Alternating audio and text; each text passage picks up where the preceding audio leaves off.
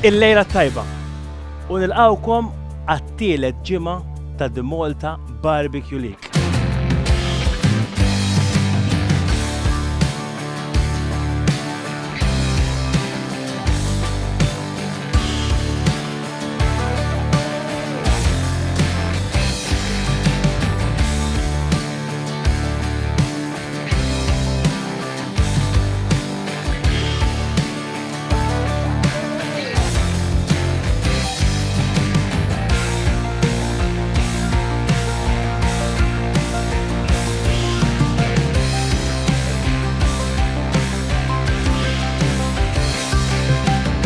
Fejn f'daw il-kċejjen diġà rajna 6 timijiet jiġġieldu kontra xulxin u 2 minnhom waqgħu.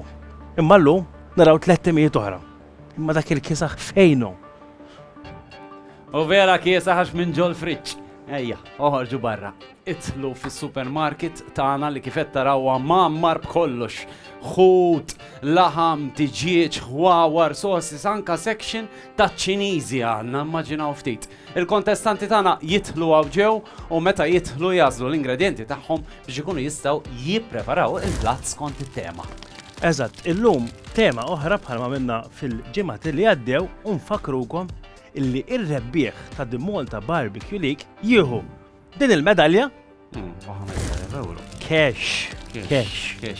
Taħdem għalihom dawk, Jien għalija bħala percentage għandek toħroġ 80% inti u 20% għax dak kulħadd skont it-tul. Mela, x'taħseb? Naraw min huma t-timijiet? Naraw min huma t-timijiet.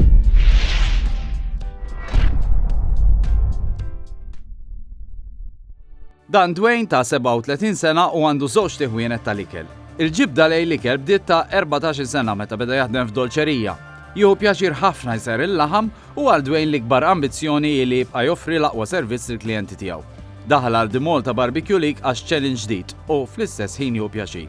Ma' Dwayne għaw Ramon ta' 38 sena u jaħdem bħala xef taħt l-istess saqaf ta' Dwayne. Interessa ruħu fit-tisjir għax missieru kien isajjer ħafna u Ramon ġie influenzat u bekk beda bħala xef ta' 17 sena.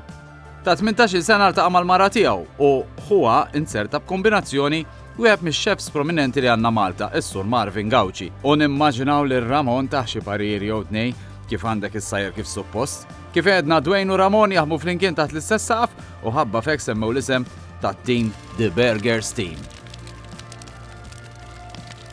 U mill-Venezuela għandna parteċipant ieħor, Raul, u għandu 29 sena. Il-passjoni lejn l-ikel bdiet meta ommu u nanna kienu jippremjawh bil-platti favoriti tiegħu kull darba li jmur tajjeb fl-iskola. Jew jagħmel xi ħaġa speċjali. Infatti, permezz tal-ikel, Raul jesprimi s-sentimenti u l-memorji. Jgħid li jekk iservi bil-qalb lil dak li jkun, tista' tqanqallu memorji tomiet speċjali ta' ikel li ħareġ minn idejn ommhom jew nanniet meta kienu iżgħar. Din hija Jesibet u għandha 28 sena u hi wkoll ġejja mill-Venezuela u jekk tistaqsu din ġiet ma' Raul, forsi ma ġiex miegħu essaġġ, però nafu żgur li Raul huwa il-fjanse tagħha. Jesibet ma taħdimx bħala chef, anzi taħdem f'xi ħaġa li m'għandha xejn taqsam mal-ikel għax hi accountant, iżda xorta waħda għandha passjoni kbira lejn l-ikel u tisħaq li għalkemm mix-chef professjonali tħobb ħafna ssajja lill-ħbieb u l-familja tagħha. Jemmnu li din il-kompetizzjoni hija esperjenza ta' tagħlima lihom u jixtiequ li n-nies li qed jarawhom jiġu familjari mal-ikel li ġej mill-Venezuela. Għalikom Los Chivos li bl-Ingliż tiġi The Goats. Il-wikkiel għax mid-dera hekk magħrufa, Adriana għandha 23 sena u taħdem bħala sales rep fil-catering. Il-passjoni li t-tisjir bdiet minn ġkunita meta kienet issegwi lill-omma s-sajjar u apparti li issegwi lill-omma kienet ukoll tħobb naqqar. Biex bekk jekk kelkom dubju nfejġi l-laqam wikkiela issa tafu. Adriana tippreferi s-sajjar laġin jew tivvinta xi platti, però hija avventuruża wkoll u bekk iddeċidiet li tidħol għal din il-kompetizzjoni. Dan huwa Marius, hu Adriana l-wikkiela għandu 42 sena u jaħdem bħala chef. Marius għandu esperjenza vasta fejn jidħol xogħlu, infatti ħadem f'diversi kċejjen iżda wieħed mill-iktar stili li jogħġbuh huwa South African style. U peress li Marius jogħġbu dan l-istil l-isem tat-tim kien fideh. U bekk Marius għażel l-isem li ġej mis-South Africa, l-isem li jfisser barbecue, però mhux eżatt, insomma l-isem huwa Braj.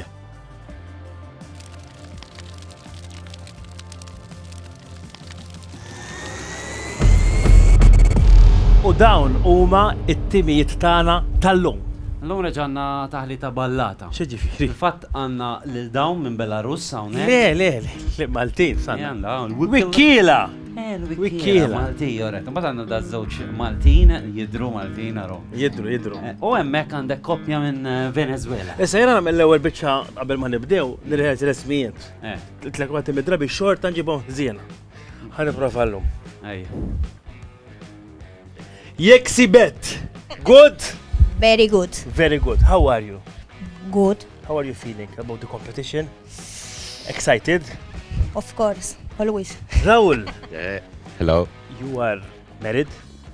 She is my fiance. All right. I hope we will not see fighting during the cooking. I hope so too. Normally you I fight think while yes, I cooking? think Yes. We're fighting. Yes, but that's love. That's love. Mela jena hobbal tija kompli. Naħa l-oħra imħabba mod ieħor. Dwayne u Ramon, intkom taħdmu fl-imkien, u xek? Iva.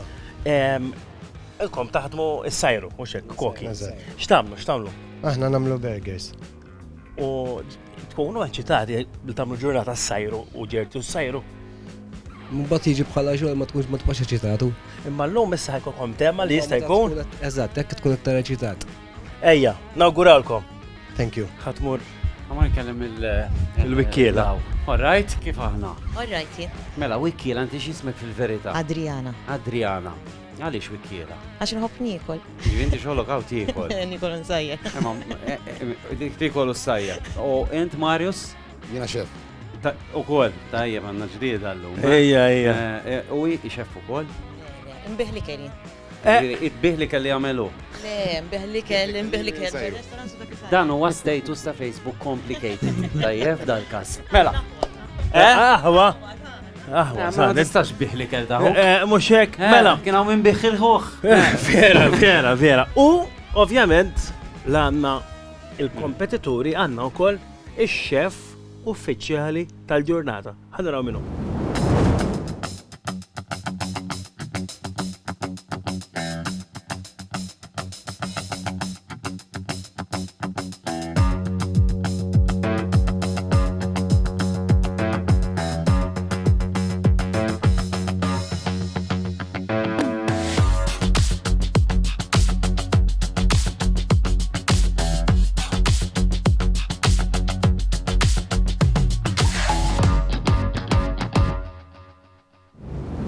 U nilqa lill-Antwan Iċċavet!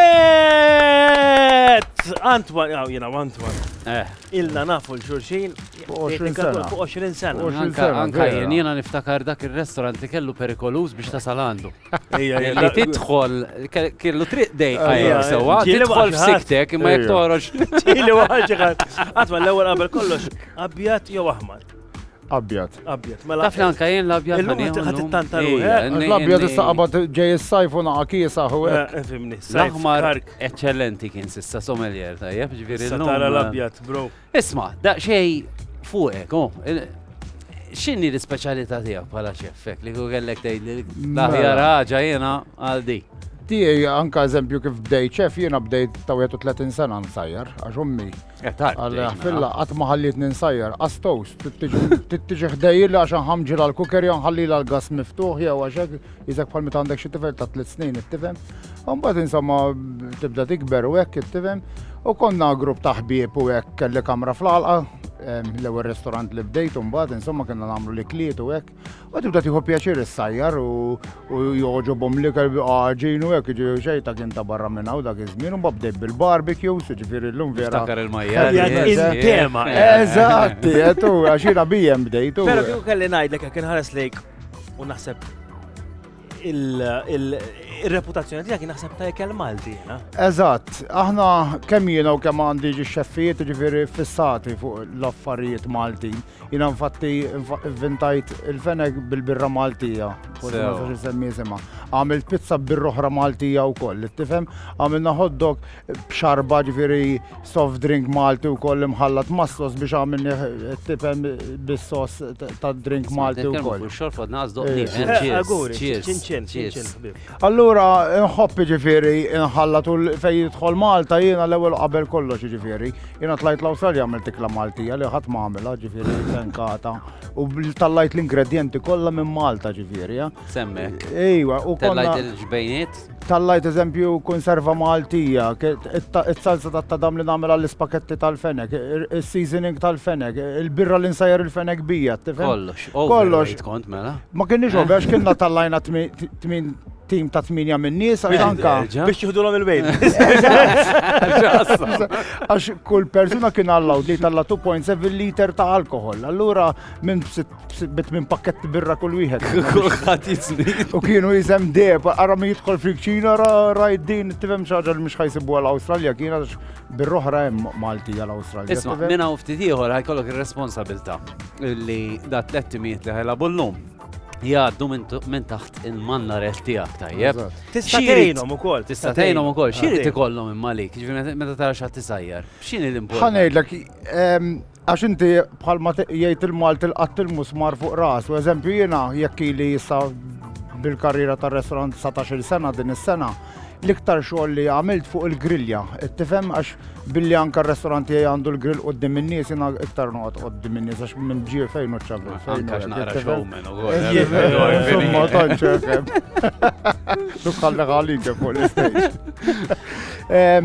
Allura aktar sid professjonali fuq biċċa laħam jien eżempju ġieli nidħol ngħidlu eżempju insib lilek is-ser ngħidlek eżempju the medium well, the rare mill-kull qasem bżonn nimmissa, qasem bżonn nimmissa jisek tinduna tidraħħa.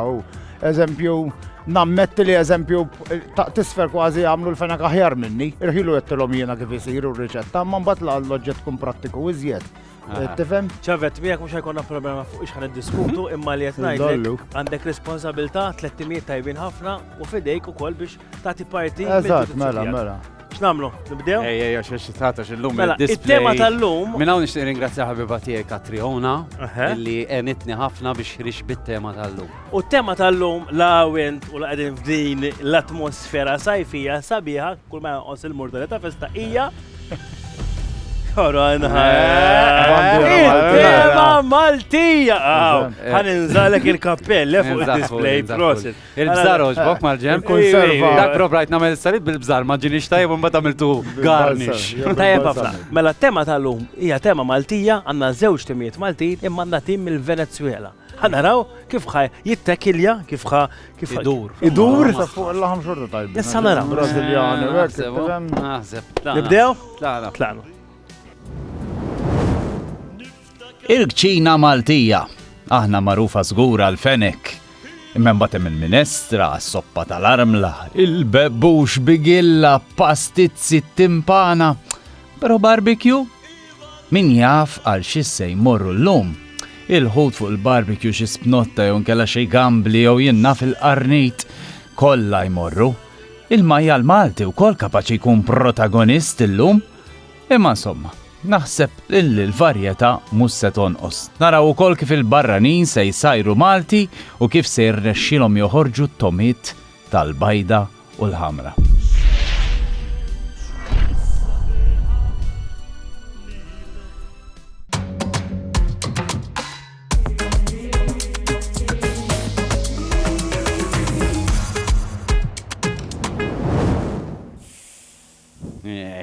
Se jixielu l-lum. X'għamilt? ċarabdulek, għax la ma nistax nixelu jena, għal-ma tixelu xint. Kontestanti 3, 2, 1. Tlaqna!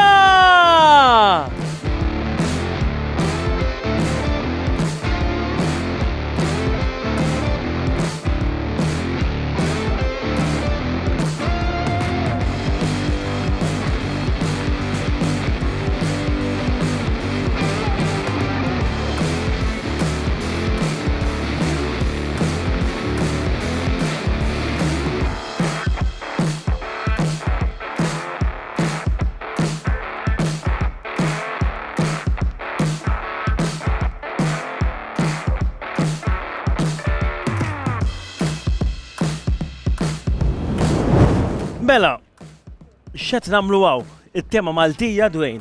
Inti espert tal-burgers u issa qed nara qed nifhem sew li qed tagħmel xi ħaġa. Eżatt, aħna din namlu burger, din palissa din namlu l-ġbejniet.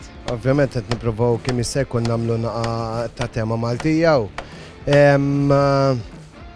Differentkom provajdu tmorru daqsxejn mhux is-soltu kif taħseb li kell Malti ma taħsibx f'burger, imma l-burger qed tippruvaw tinkorporaw it-tema Maltija fih. Eżatt, qed nużaw il-patata friska wkoll taf kif jiġifieri il-patata Maltija.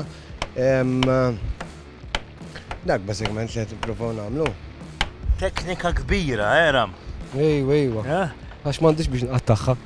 Kieku jiena dik il-patata qed ngħidlek jien isa larinġa nġiba. Imma patata Maltija ħadd tagħmluha nimmaġina fiż-żejt u xejn. Aha. U ħadd Nagħmluha crips. Crips. Eżatt. Il-patata kif fi żmien konna nieħdu minn ħafna postijiet u xek. Nostalġija. Nostalġija. Issa naraw. Fidejkom. Fidejkom.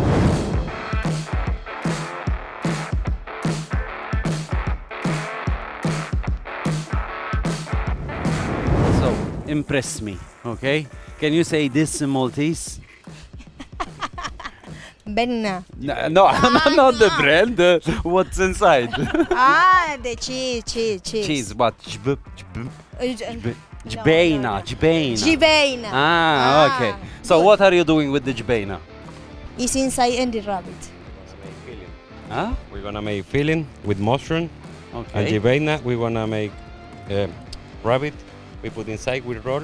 We're Okay. gonna make la rollad. Okay, you're going, you're risking, eh? Because for us Maltese, the rabbit is really important. Very We don't have the queen, we have the rabbit, Yes, you know? yes.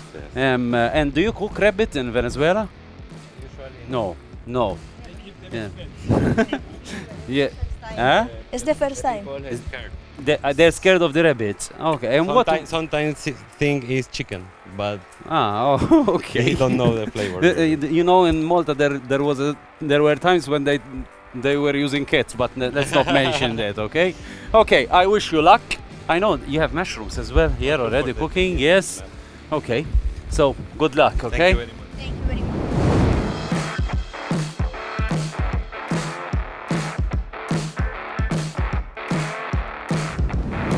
Marius, inti imdorri fik ċina. Ekku. Timbidel l-atmosfera meta tkun bil-kameras, bil-ħin, jew l-relax xorta. Xorta dam dorrija. Xorta, Imdorri. xorta naħseb ikollok ċertu pressure. ċertu preċer iwa. Nemmen li Mux kollok l-istess preċer ta' 160 ruħ jina pala iktar għarfil. pressure ikbar. Eżatt. X'ħad għamlu nallu? Mela ħanamlu krud biex xiklun bil-fwiet. Barbecue, ma tantx. Ħarġajdinna? Mela krud biex xiklun, Alright. l-huwa bezzun tal-Malti bil-barbecued pork liver fuq u gratinjat bil-ġbejnit friski. Familjent fil-klim tagħna, mhux tal-koki. Fwiet bil-bezzun. Da sekk, temna. Isma, inti l-inkarigu tiegħek ma' kok prim. Lejna naf insajjar ukoll mhux daqsija, ma ninqalata. Tinqala. U għandna teamwork tajjeb bejnietna ġifieri Issa naraw għadkom il-bidu.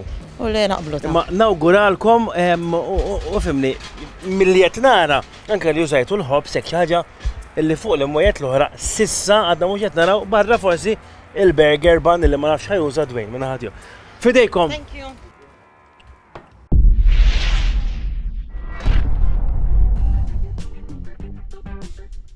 Saħħa ħbieb. Għamlu da. Għamiltu jien għana naqra kif għamiltu ċebet, forsi tinkludi duquh l-ewwel. Koma ta' buzz bizit. U għeja ċafet, Tiksru tajjeb, jaddi. Isma, konna t-tkelmu jena ċafet. Għax bina na fuq imwejjet il-eżempju mill-bacon. Bina najdu huwa prodott Ingliż, imma l-lum il-ġurnata, eżempju il-bacon. Best li konna taħt l-Ingliżi, taħli su. Su għexxu. Il-Malċina Maltija mbidla ħafna, ġit moderna u għammi traditional food, l-ikel tradizjon dak baqa ma jitmes qatt.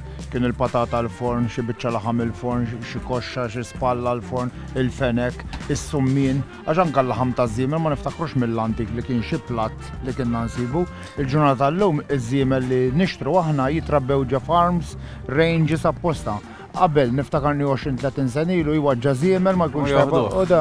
Ġifieri ma tafx kemm il-sena għandu biex issajru tagħmel hekk għax min juf kemm. Għalek jgħidu fil-fatt, jien Mela. l darba li doqt iż-żiemel kważi kont imbezza, ġo jgħidu li Anka tgħix kemm hu aħraġ. Il-raġuni li inti mhux tajba xi tallak il-pressjoni u laħam aħmar all-right.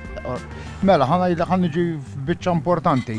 Inti meta inti you are what you eat, ġifieri jekk kill żiemel, ma rridx nagħmel xi reklam ħażin il-ħadd, jekk kill żiemel mifquh bil-injections u mediċini, dak kollu ġej ħaġa fik. Allura lilek ħajamillek reaction. Ta' dak li kien il-ħajja tiegħek. mhux Eżatt. hekk? Issa, aħna iż-żiemel eżempju anka biex issajru titħames sigħat u hekk u ġiri qasu biżejjed. Illum fi sa'tej u nofs tista' tikel minnu. Isma', ma mmorrux il-bot. Fik ċejjen li ġi li mort barra minn Malta jiklu affarijiet li aħna isma' Venezuela li tikol fenek mhijiex imma jenna f'Thailand jew fejn morna Zambja li tikol ġurdin hija xi ħaġa normali. Imma ovvjament il-ġrieden ma jkunux ġrieden ta' triq ta' drenaġġ, numru kbir. Kunu slavaċ ikunu. Ħana ġa naqbada fuq iż-żiemel, eżempju daw il-żiemel li nixtru aħna issa fir-restoranti jekk kumpanija partikolari li ta' Holland, eżempju, iż-żiemel eżempju jien nixtri ribaj ta' żiemel, bektari u jsir fiżej. Lon ta' żiemel belles li twil u jdur inti fejn tmista trabbi kallu. Dak jitmewħ eżempju żu fit-tigri, tifhem ġifieri żiemel mhux għalkemm bħalma jgħidu l-baqra tinbeħ killa, iż-żiemel il-partijiet jibsin tiegħu. Tifhem jmorru għal ċertu annimali jikluhom ċertu Xi annimali. ħaġa oħra, tidħol daqsxejn moda fih li kell ġifhem taljata. Taljata hija xi ħaġa li qabel kulħadd Biċċa tifissa laħam, fuqha. eżempju mhijiex biċċa laħam tajba daqs biċċa ribba għandek Eżatt. it-tibone, Kulħadd imma iġġennem. jiġġennu fuqha għax serviha fuq biċċa njama Eżatt, għandek jisu l-istil il-biċċiet, tagħha. Eżatt, u l-istil u biċċa laħam tajba ħafna u hija biċċa laħam jgħidu tajba għall-brodu wkoll, ġifieri mela. Mura jgħidulhom tiktibulhom fuq il-menju laħam tal-brodu u tihom dak il-prezz. Mela ġinu, eżatt. Ħanaraw iktar minn hawn ftieħor.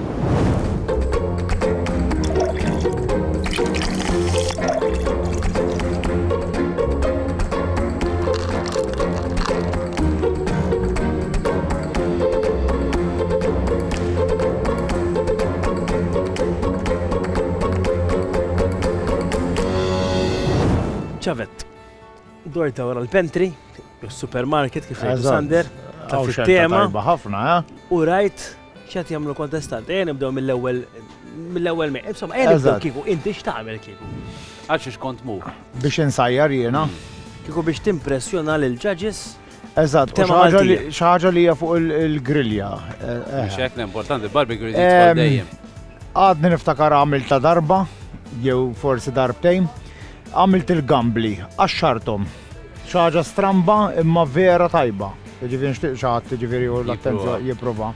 Il-gambli, għaxxartom ħallejtilhom ir-ras, imqabbat maħħa, anzi ir-ras tajt għamil ta' salsa, it-tejl ħallejtu. Dawartom bil-bacon, mbagħad ġa reċipjent, ġa bawl, għamilt butir dewwibtu, għasart l-100 u naqra ċili. Chili sauce, whatever, anka sweet and sour, kienet forsi biex ma jkunx daqshekk jismu.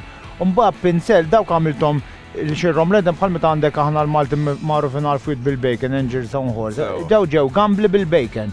Daħħalthom ġa screwerek, ġa toothpick kbira, għamilthom erba u xwejthom fuq il-barbecue. U waqt li tisiru kull darba bil-pinsel jew inkella biċċa herbs ħaxix minn daw Eżatt, għandek għalek, għamil ma kellex pinsel taqbad eżempju naqa meqtuxa jiena nani ħad bil-bija biex jisa pinsel tiġi u bil-bija waqt li tisiru. U l-butir jinħal u l-bacon u jinħalli xarrabi u t-toma li jiġu. Imma ma tibżax mill-bacon bħat salzet tal-Malti li jieħu over kollox. Għax inti naqrijiet ħajkellek. Eżatt, il-bacon eżempju ġili mmur flokal l-istrik nħammur għal-back bacon talun. Dak ikun naqrin qas mielaħ. Għall-inti. Nibdew nifukaw sewwa. Mela, l-ewwel team ħajmur għal-burger jekk fimt. Eżatt, il-burger. Maltija.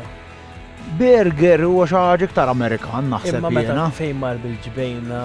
Eżgur, mbagħad daħħallu ġbejna, jiena eżempju għadni kemm ivvintajt burger issa naqra żejra għamiltu biex insejjaħlu eżatt salvaġġ la Maltija. Tifhem ġifieri. Salvaġġ kbir wara. Mhux hekk u għamilt eżempju l-burger magħmura bil-beef. Biss, 100% beef, għax illum għaw ħafna musulmani Malta u eżempju l-ewwel ħaġa li jsaqsuk ġifieri kienu huma torok, kienu huma minn fejn huma, tifhem. Allura qasa sewa li ddaħħal biex inti żżid 20% tal-majjal fih biex ġifiri pero. Le, titlef ammont ta' nies. Eżatt, imma għaw minn idaħlu l-majjal, l-lum tista' tixtri bil-pis. xaħam apposta. Le, mux għal-pis, għax inti tik mar moħħok biex inti Teksib. Le, biex tifranka Għaxu l-post, le. hemm imur, Għaxu kellek bżon, bħal biċċa laħam, u hija tajba tkun marbil jgħidula, irħamata biex xaħam, għax inti xaħam huwa tajjeb. Għax inti waqt li t-tixwi speċjalment fuq il-barbecue, l-oġġett it-tinħalli it-tixxarrab il-ħingillu ma tixxuttalek qatt. Biċċa laħam bla xaħam tibbis, 100%. Mela, dak it-tim isek apparti tal-bel. Issa jemmuru fuq il-tim tal-Venezuela. Tal-Venezuela, impressionanti. Marru għal-fenek. Għazzajru l-fenek daw ġifieri ħarġu b'din ir-riċetta interessanti ħafna. Ġifiri jekk jiġibuha tajjeb, ġifiri xi ħaġa ta' barra minn hawn. Eżgur, eżatt, għax din qed jużaw. Rullat, terġaqas ġifiri kif indorin. Eżempju, ġieli provajna fenek barbecue, mhux ħajoħroġ bħal meta qed insajru jiena fil-birra tender jinħall, tifhem, però dik it-toma mbagħad tal-barbecue, dik il-flavor inti aġġettiv smokjat. Hop ħaġa u tobot. Eżatt. U mbagħad fl-aħħar għandna l-Maltin, għandna dak it-tim li ħajamel jisu bezzun. Bezzun bil-fwiet. Eżatt, il-fwiet tajjeb ħafna. Insejt xifu jekkux tal-majja li għaw taċċanga, nġiri taċċanga niggrilja hekk. Eżempju, waqt li tinsajru nġib biex hekk għali jew ngħid noqgħodna illallu kemm jiġu tajbi. Meta taqliħ fit-taġen forsi ġibna qabutir għazejt u t-tewm tajjeb moda xanka t-tfawlu ta' dama xaġa Maltija. Tifhem għandna kemm semmejt l Isma' jiena naħseb ħajandrom daw. X'taħseb? Dwayne, ġibtlek li ċavett. King dan. Isma, issa fidejk, għaw inti tistaqsi u tmexxi sewwa. Mela, x'konti qed titfemmek mostarda, Mostarda, ketchup, Worcester sauce, naqadil, bżarumel u għedin namlu s-sos tal-burger. Eżatt, għat-topping tagħha. Eżatt, għat-topping tagħha.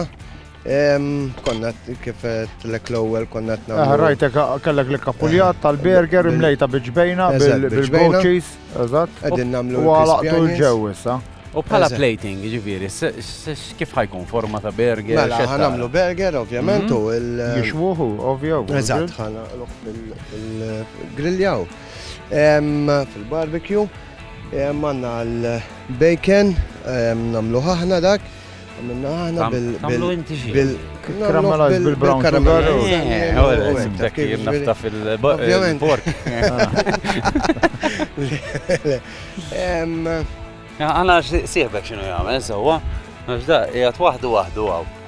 ċin tamet? Għet jitik l-affarijiet? Namlu għal-crispy onions. Għal-crispy onions da ġej. Crispy onions, panura, eżatt. Biex issa xinjaqlijom jiġu coated b'dak il-tkiq għandu għek. Sewa. U xarabtom fil-ħalib nimma. U xarabtom fil-ħalib qabel.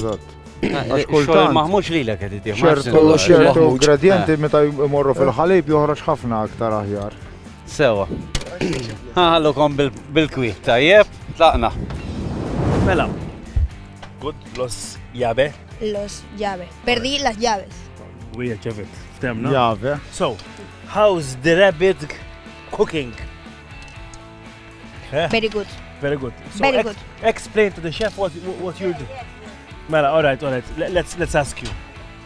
What's the process till now?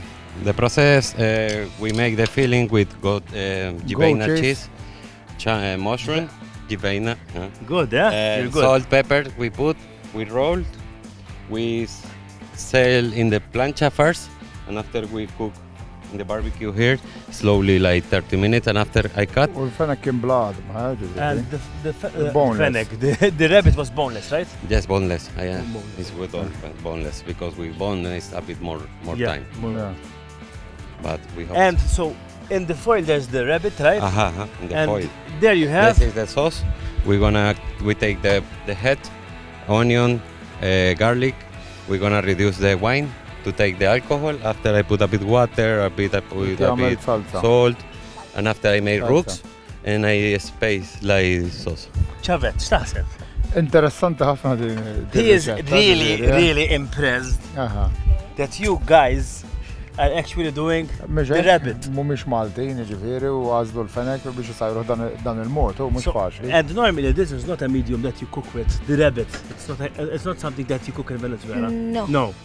No. It's something really strange. Xaħġa Very li strange. eżempju, nejt eżempju, il-fenek jiena dejjem nejt. Nieħu biex niklu minn taħat ieħor għax il-fenek tagħmlu kif tagħmlu kważi jiġi tajjeb moqli fiż-żejt u eċċetera. Issa jena ħafna drabi nisma' minn nies illi mhux normali jiklu l-fenek, illi qisek qed issajjar pett għal Eżatt. ċertu pajjiżi taf kif. Jiena meta tħol f'xi dar u nara xi wieħed xi gaġġa żejn, neddu kif mhux jitwerwer minni. ċavet għalli jmiss. ċavet, qed narak tippruvalhom l-affarijiet. Ejwa, xe provajt indawru u peress li blasel huwa kremuż, allura jkun tqil. Kon Mhux waħħad. ħajtini u jola. Ma tistax titkessa. Ma m'hemmx tistax. tagħmel. L-iktar nuża forza żejt jekk ma wiċċna. Le, Mhux wertit. Mela. Tispjegalna naqra x'inti tagħmel fiex wasalna. Mela, aħna kważi resti, Kważi lesti. kemm nigriljaw il-fwit l-aħħar ħaġa u kemm nikkaramellizzaw il-loqn tal-majja dik ir-ridaxxina minna Beda l-proċess tagħha. Eżatt. Hemm xi ħaġa li tistaqsihom il-datnej. Kienet idea tajba, eżempju tal-fwiet, eżempju fwiet uża tal-majja, għax infatti jasallu l-lumi, il-fwiet, meta inti jekk il-kamera ġib il-fwiet diġà jidher abjad, mhux il-kulur oriġinali tal-fwiet. Daka ċati ma jkunx xi tara dan għallewħ, għax inti wans li għażil fajtlu ċitru il-lumi, dak bida jsajru. ħafna ekel sushi li huwa jittiekel nej bħal karpaċċo dak jasru l-lumi. U ma tisir waħda. U toqtol anka ċertu bakterja, allura ġifieri dak qabad isir mill-ewwel. Għamillu iż-żest tal-larinġa raħax taraħ għaxar il-larinġa għaddik ċertu bad tafalu l-busbis ukoll għalli. Sewwa qed jgħid. Il-barbecue ħalli joħroġ ċertu toma differenti. Tajjeb, bus biss isu mhux kulħadd għandu dak il-fizzju li jsajru, vera jagħmel tomataj. Malti jekk se Naħseb il-busbis jew tħobbu jew ma tħobbu s-sandel. Eżempju dik hija ċerta toma li inti li tħobb. Eżempju jiena x'ħatejt noqgħod naqasira lura ġiri mit-salzett tal-Malti. Skont kif ikun nippreferih milli mixwi jew inkella moqli għax ġieli il-palat tiegħu l-mluħa tiegħu toħroġ iżjed. Allura meta oġġett joħroġ jisuperjalek it-toma, idejjaqni għax jew tiekol din jew tiekol tifhem it-salzett biss. Italjani jħobbu ħafna. Int x'in tagħmel int? Ejżek Tinsajja, le, break. Assa biex ma jnaqrulix. X'taħseb? Kif taħseb iżejri? Tajjeb, ta' naħseb sejri Kif tħossok tajjeb. li taħdem magħhuk? Jina u ħej ħadimna ħafna flimkien, ġi għamilna karriera żmien naħmu flimkien fil-catering. Ma, għanzi naħseb nħossni home bieħ. Tajjeb, inti għandek qahwa ġavet. L-l. U ġiri ħdem magħhudek. Ma nisux ngħid li għax għandi din sitta qaħwa u ngħidlek li ħamsa minnem ġi inklużjien ġi erba' minn ħuta ħadmu miegħi. Imma rigward tisir għandi ħija l-kbir ġifieri beda minn day one li bdejt jiena. Kollha sajru. U kollha jafu jsajru ġifieri. Eżempju ħudi għandi oħti l-kbira ġifieri kbira mill-bniet bravissima. Ħudi s-subin killa jsajru. Oħti żiera tidlex ma semmejtix. Is-sajjer imma naħseb naqażina fit-tisir. Tara Imma Siftu restorant flimkien, intu waħdu. Sajjer. Eżatt, imma jien għandi ħija speċjalizzat ngħidlek li sajjer iktar laħam minni f'ħajtu għax l-iktar nitfew fil-weekends, u meta kien ħafna nies jgħidu. Taqna. Kontestanti baqalkom 30 minuta. 30 minuta.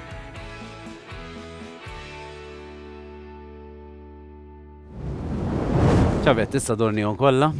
Issa, fl-opinjoni tijak. Li ma taħseb li... Kemm għallek t-ġudika l-ewwel ċina. L-ewwel ċina tal-burger. Tal-burger, għax l-ewwel ċina tiġi. Huwa xorta ħajko burger interessanti anke kif imleħ bil-goat cheese u hekk it-tien normali jsek burger meta tieħu burger tixwi l-burger tfallu l-ġobhom fuq u jisħon jew jinħall fuq barra. Jiġifieri naħseb li ħajkun bħala toma wkoll meta inti oġġejt mimli staff jirħi issa mbagħad idawru jalga mal-prodott kollu. Tifhem jiġifieri nimmaġina li ħajkun tajjeb ukoll. Imma inti joltok bħala ikla Maltija? Le, il-burger mhuwiex ikla Maltija. Imma xorta għandu fusion forsi jenna. Li biex ixxebbaħ xi ħaġa tgħid il-purpetti ma totalment differenti x'il-purpetti niftakarhom. Bil-laħam tal-brudu li kien jibqala ummi patata, mexek, patata, laħam bajda tursina u taqliju. It-tinik ċina tal-Venezuela. Interessanti immens, użaw prodott tradizzjonali u għal-fenek. Bistil imsajjar mod differenti. Forsi tista' tgħidu b'mod mod modern, imma ir-riċetta ġibuha mant il-Maltin dawn għax huma qasqas sajru fenek. X'in saqsejtu qal li bdew isaqsu lilek kif issajru, kif isaqsu lilek u għaqdu riċetta huma. Tifhem? U s-sos biex għamlu għadunna. Is-sos għamlu għandhom il-mushrooms, għandhom il-basal, għamlu il-fwiet u r-ras tal-fenek u mbagħad bl-inbit aħmar issa jirridjusa. U bl-affarijiet li stafaw fih x'taħseb dwar is-sos? Kieku hekk ma doqtu. Naħseb li toħroġ it-toma tajba mal-fenek l-inbit aħmar eżempju għak speċjal kun ħatamlu stuffati u bil-gravy la mhux ħatħallih muqli fiż-żed għax imbagħad jiskura għalek naqgħod tifhem huwa tajjeb l-inbit l-aħmar għal. Għandna tielet kċina li marru iktar fuq il-ħobs. Il-ħobs huwa xi ħaġa li hija tipika Maltija. Fil-fatt inti ppreżentajt l-ikla Maltija bil-ħobs. Eżatt, aħna il-ħobs, ġifieri semmi l-ħobs kif oriġinalat il-ftira kienet. Il-ftira hija magħmula qabel ma kellemx il-meter biex jikkarkulaw kemm hu temperatura l-forn, allok jagħmlu l-ftira kif il-ftira jitfawha fil-forn tola jgħidu wara l-forn jettab mela tieħ il-ħobs. Mbagħad eżempju il-ftira huma jridu jiklu l-ħaddiema mhux flok kienu jieħdu l-ikel magħhom jibdew minn bit-tadam, tifhem iderkun għalhekk daw il-pizzas u hekk Malti li aħna ngħidulhom ftira għax diki. Kienu qisu il-pizza tagħna l-antika hija pizza. Il-pizza hija ftira, il-għala jgħidulek anke l-awċi jgħidula ftira ħafna ristoranti hekk. Għax inti dik kienet kull ikra tal-ħaddiema. Biex jippruvaw il-forn huma kienu jagħmlu jitfgħu l-għata dam u basal xi ħaġa li kienet issiba kull imkien. U kienet tajba. Imma li ħaduha fuq in-naħa tal-ħobs, il-fwiet tal-majjal. Jien naħseb dawk issa jagħmlu eżatt il-fwiet tal-majjal anke kif immarinaw ħejja tajjeb. Tifri tolqtok bħala riċetta Maltija? Mhux xi ħaġa tradizzjonali li msemmija ħafna, imma użaw prodotti l-majjal, ġifieri Malta l-majjal kien jintuża ħafna. Il-majjal għandna Il-majjal ta' vera, majjal awċi aħna, majjal awċi. Vera. Mela, minnaw aħna ħannalqu magħhom tajjeb ħamorru naraw l-aħħar 6 sekondi u mbagħad fidejk biex taħseb u tagħmilhom wara xulxin. Eżatt, nduqu.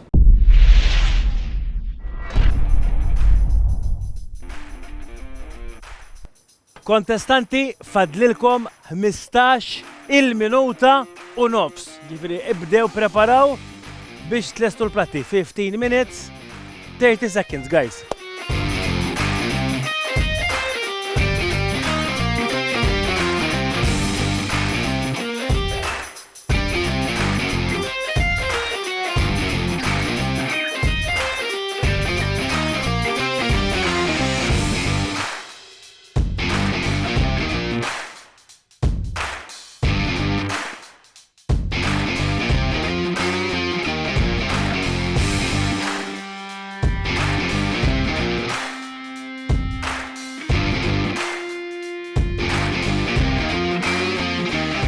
عشرة 9 8 7 6 5 4 3 2 1 Happy New Year!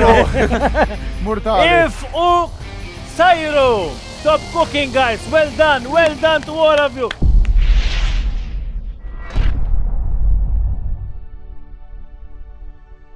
U wara sija għaddejjin wasanna għal-ħin il-verdett. Fil-fatt, dawn huma il-ġurija li għandna magħna llum. Ġurija magħna l-lejla għandna lil Lea Hogg. Għal xi wħud Lea mhix wiċċ ġdid fuq it-televiżjoni lokali. Infatti Lea hi preżentatriċi kif ukoll blogger u nsibuha fuq ir-radju wkoll u ma jistax jonqos li titkellem fuq l-ikel jew xi riċetta bnina. Lea hi gradwata ta' Leeds, skola tal-ikel u l-imbit ġewwa Londra, iżda qatt ma ħadmet bħala xef. Lea kitbet 5 kotba, 2 fuq il-kultura u ovvjament 3 dwar riċetti. Jekk int mhux l-ewwel darba li qed tara dan il-programm segwejt l-ewwel staġun is-sena l-oħra mela l-isem Ray George żgur tiftakru. Ray George hu proprju rebbieħ tal-ewwel edizzjoni ta' din Malta Barbecue League u beda bin-namra lejn tisjir meta kien żgħir għax kien isegwi l-missieru jsajjar. U iktar ma beda jgħaddi żmien iktar beda jesperimenta bl-ikel, kemm riċetti lokali u kemm internazzjonali. Ray George jisqal li t-tisjir u web mill-ikbar delizzi tiegħu. Keith Attard ilu jgħallem il-Malti l-istudenti ta' sekondarja għal 10 snin fil-kulleġġ San Elija, bħalissa huwa l-President tal-Aqda tal-Malti fl-Università u ilu fil-Kumitat għal dawn l-aħħar 4 snin. Awtur ta' żewġ kotba fuq l-espressjonijiet tal-futbol bl-isem ta' Ballun Pinġut. iħobb is-safar, l-attivizmu, il-qari u fl-aħħar mhux l-inqas l-ikel għalhekk jgħidaw. Kif smajtu għandna magħna l-President tal-Aqda tal-Malti, tajjeb għalhekk ġibnik għax jekk hemm xi ħaġa Maltija suppost inti tinduna biha sewwa. Naf li qed taħdmu fuq attività wkoll fejn jkun hemm aħna wkoll fiha. Iva, Zanzankelma hija l-attività li se nkunu qegħdin nagħmlu f'Settembru u nixtiequ hawnhekk nieħdu l-opportunità biex nirringrazzjawkom tal-li dejjem daw l-aħħar f'5 snin kontu magħna f'dal proġett. Aħna vera nieħdu gost ħafna u dejjem hija l-aktar attività kważi għal qalbna fejn nippruvaw nippromovu l-lingwa Maltija billi nilħqu l-tfal ta' bejn 8 u 13 sena. Zanzankelma tieħu il-forma ta' Spelling Bee, kompetizzjoni tal-ispellija, fejn kull parteċipant jingħata kliem biex jispelli bil-Malti u fl-aħħar mill-aħħar tkun xi ħaġa fejn il-Malti qed nippromovuh bħala xi ħaġa ta' gost mhux xi ħaġa tal-iskola biss. U l-attività ħassir fis-16 ta' Settembru fejn se jkollna l-fażi preliminari fil-bidu għax normalment dejjem japplikaw iktar minn 100 parteċipant. U mbagħad il-finali tkun l-għada is-Sibt 17 ta' Settembru. Sewa, u kull min jixtieq japplika kull min għandu tfal li jixtiequ jieħdu gost għax iktar mill-kompetizzjoni li tieħu gost tajjeb u titgħallem ftit Malti, tistgħu tieħdlu fuq il-paġna tal-Aqda tal-Malti li qed tidaraw taħt bħalissa u hemmhekk tniżlu l-formola. Hemm issa nħallikom biex tiġġudikaw il-platti Maltin li għandna llum.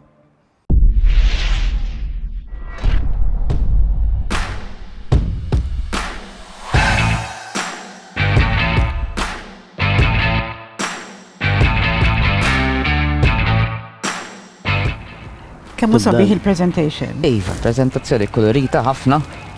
Il-burger jidher sabiħ minnaw, naħseb it-toma wkoll ħin, forsi. Ġivi naħseb hawnhekk għandna burger ta' ċanga, Isa. Ekku.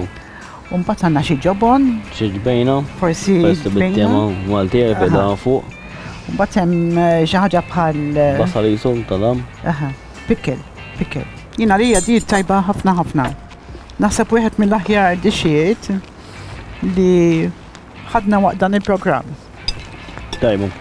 Minn-bega tajba ħafna. Mhix Hija l-laħma ħafna, mhijiex xotta. Il-basal għamel tajjeb il-ġibejna tintija misew edha ġon-nofs. Naħseb in-naqra nuqqas, forsi xi ħwawar Maltin. Mhux veru. L-imluħa fil-patata. Għal-min iħobb il-melħ naħseb. Tinżillu għażer. L-imsajra sew. Fil-sens crispy, mhix soggy, eżatt.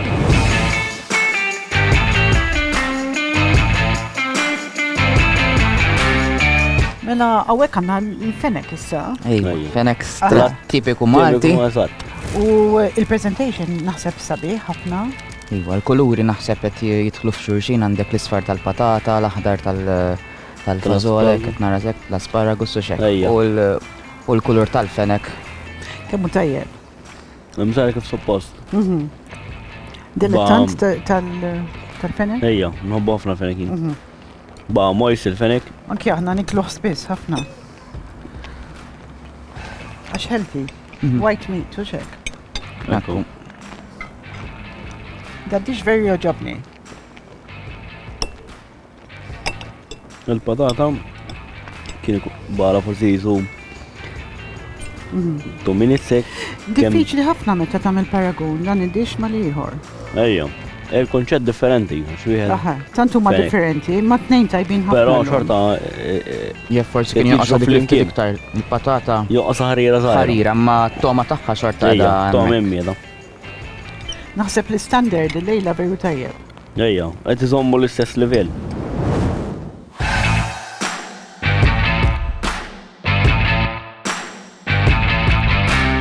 Vera presentation sabiħ dan. Ħafna, jiena l-ewwel ħaġa li laqtitni f'dan il-platt huma l-kuluri differenti li għandu. Għandek il-kuluri tal-ġbejna, ta' ma nafx ċili jew ta' damdak, ta' qudiem.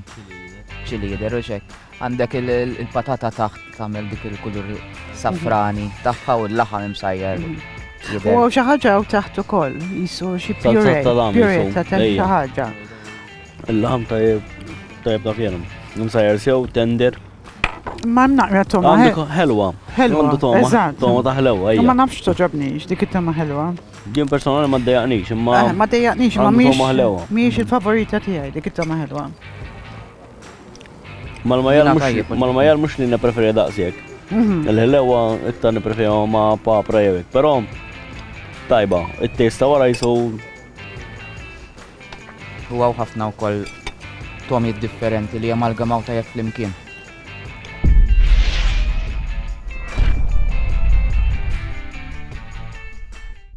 Kulħadd btiegħu. ċinċin tal-aħħar. Bil-kafe ta' ċinċin u għal? Mela. Mela. Għandi riżultati. Għandek ir-riżultati. L-ewwel qabel kollox, first and foremost, well done to all the teams. Naħseb ħaqkom ċabċifa kollha jiġri xiġri. Bravi, fil-fatt web mill-kummenti kien il-livell huwa għaw fuq. So, as in points, today the judges gave the highest points to all 3 teams. Okay, from the 3 days. All right? But someone has to mela. Jekk inti ħataqra ir-riżultati tal-judges, aħna ma nafux x'inhu ma. Le, don't feed it. Jiena xi ħabbar tiegħi. Malħin. X'in ngħidulek, inti oqwiet biex ma stenna. Le, ma tistax. Ekwit. We will announce the winning team, okay? Il-team rebbieħ. Demra tal-isfel ma nafxana. Iwa tħaris. Dak biex qablu x'matijaw talek. Għandek dubbien. Le għaldir, m'għandi ġej. U b'71 punt. 71 points. I think that is the highest score till now. The winning team of the 3rd program of the Malta Barbecue League is Team 2! Yo!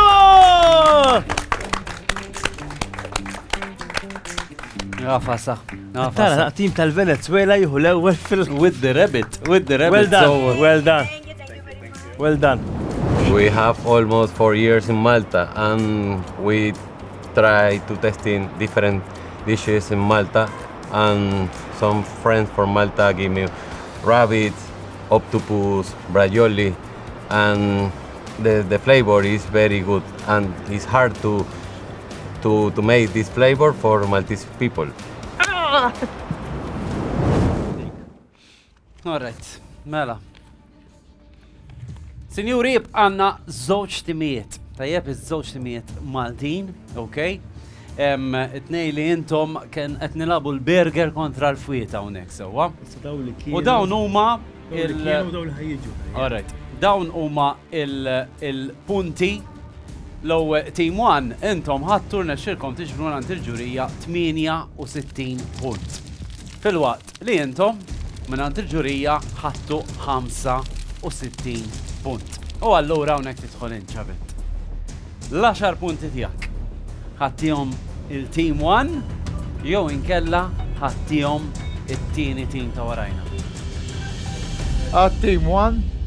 Mela, team 1 jieħdu l-10 punti minn ix-xef u dak ifisser li sfortunatament l-avventura tagħhom waqt il-Barbecue League ser tieqaf hawnhekk. Ma stennejtix onestament għax su aħna għamilna burger l-oħrajn għamlu il-fenek u il-liver tal-pork, allura isni dak il-ħin dednajt aħna maħnix isna iktar fuq il-Malti, fim, ġiviri, ma daħħanna element ta' Malti u nemmen kienet naqa sorpriza ġiviri li għaddejna lija. Aħna l-esti li narku il-turnament. Sfortunatament din hija logħba tajjeb, xi ħadd irid jinqala, però ċavet anka qabel tħalluna tajjeb u jiddispjaċini tħalluna wkoll għax naħseb tqis li ġbartu punti kważi daq 600 l-oħra li kien hemm qabilkom ġifi kontu sfortunati qed tilagħbu. Il-kummenti tiegħek, x'taħseb li żbaljaw illejla? Li kien hemm il-fwiet kien joqsod iktar sajran billi u tal-majjal tifhem kien għadu naqra żejra bid-dem. Ġifieri bħala palazz, ġifieri ma kienx ħażin is-sos li għamlu hekk, però il-fwit ġifieri anke smajt il-kummenti tal-ġurija l-oħrajn l-istess kliem ġifieri tal-ħsieb li kelli jiena ġifieri li dejqithom fil-platt, eżempju. U l-majjal, tifhem huwa oġġett tajjeb, però mhux xi ħaġa li tikkompjeti, kan timur għal xi għażla oħra għal kemm hu tal-majjal. Il-preżentazzjoni kienet sabiħa immens tal-platt tagħhom, ġifieri min-naħa l-oħra l-platt vera naħseb wieħed mill-isbaħ platti li kien hemm minn dawn it-tliet timijiet. Jiena xorta nistenna l-moment li intom it-tnejn tiftħu restorant u nkollu l-wieħed li nidħol għandkom tajjeb. Grazzi u narawkom forsi s-sena d-diela, grazzi. Grazzi. It-tim li sejħallina llum se jieħu car wash grazzi għal pit stop u s-set kollu tar relish wraps għal laħam differenti kif ukoll bord biex isservi fuqha. U għadda programm ieħor. Ejja, kilna ġajna l-lum. Kilna, xrobna imma sfortunatament dejjem tlifna tim. Ejja, m'hemmx tagħmel. Però m'hemmx tagħmel kif qed tgħid indi żewġ timijiet għaddew. Infakrukom illi it-tim The Goat mill-Venezuela ir-riċetta tiegħu żdiedet mal-ktib ta' riċetti li ħajkun qiegħed jinbih u l-qliħ minnu ħajmur kollu għal l-ALS biex dejjem ngħinu il-darbjon timbena u fl-aħħar mill-aħħar sir realtà. The Malta Barbecue League jirringrazzja lil NG għall-ixkaffar fis-supermarket. Luke's Furniture tal-mejda tal-ġurija li t-tim rebbieħ barra l-5,000 se jieħu miegħu id-dar. Alka Ceramics għall-platti. www.malta-farms.com għal-ħaxix frisk. U intom in-nies tad-dar tistgħu tirbħu dan il-barbecue tal-Budweiser billi tibatulna ritrattakom qegħdin issajru ibatuha fuq il-paġna tagħna. Aħna niltaqgħu il-ġimgħa d-dieħla hija interessanti għax inkunu nafu li huma mill-ewwel it-8 teams illi jgħaddu għal fażi li jmiss.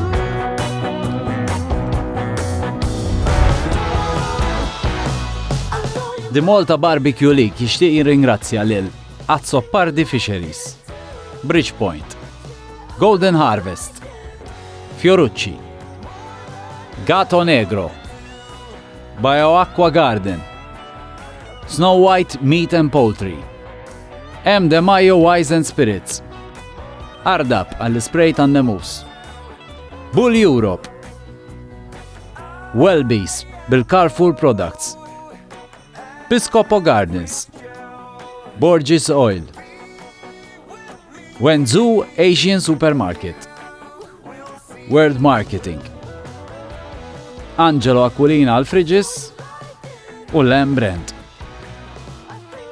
U Pickless Butcher,